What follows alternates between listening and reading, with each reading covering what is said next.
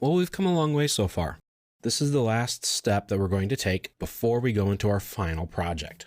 So for this chapter project, we're going to get our project template set up and ready to print and create a few layout tabs for us. So let's open up our project template file. And I'm going to save as so that I keep that one for you the way it looked in that chapter and so that we have something to start with in this chapter. I'm going to overwrite my file that I already have. So this way you'll have something to start with and we will both be working from exactly the same file. I'm also going to save a final version of this so you have a before and after of what it's going to look like. So we already have a paper space tab in here and it has a title block border in it with the viewport, and that's great. We're going to leave that because we'll use it. But I want to rename this. This says it's a D size layout, but that's okay. I'm going to rename it and call it dimension. Now let's do a page setup. I'm going to make a page setup for a PDF. So we right click on the paper space tab, go to the page setup manager. There are already a few page setups in here, but none that go to PDF. So that's what I want to make. So I select the new button and I'm going to call it PDF since that's what it's going to do. Click OK.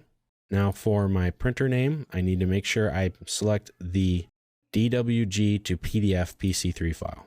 And since this is a D-size drawing, I'm going to leave it at the 24x36 setting.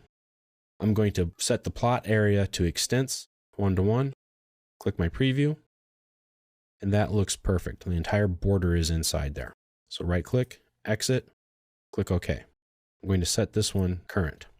Now I'm going to take a risk here, and if you get lost, that's okay.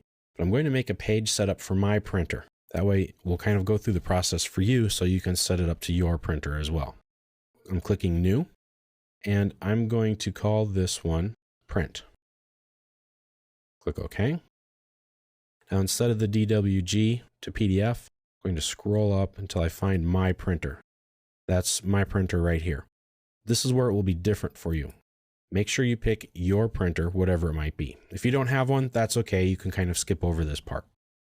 Now I got a warning because my paper size that my printer can print to is too small for my current settings. I'm going to set it to a letter size. Now I do want it set to extents so that I get all of the line work. I do want it centered, but instead of a 1:1 scale, I'm going to set it to fit to paper. I know it's going to be out of scale. That's okay. I just want to fill up the paper as much as I possibly can. Select my preview, and it's all in there.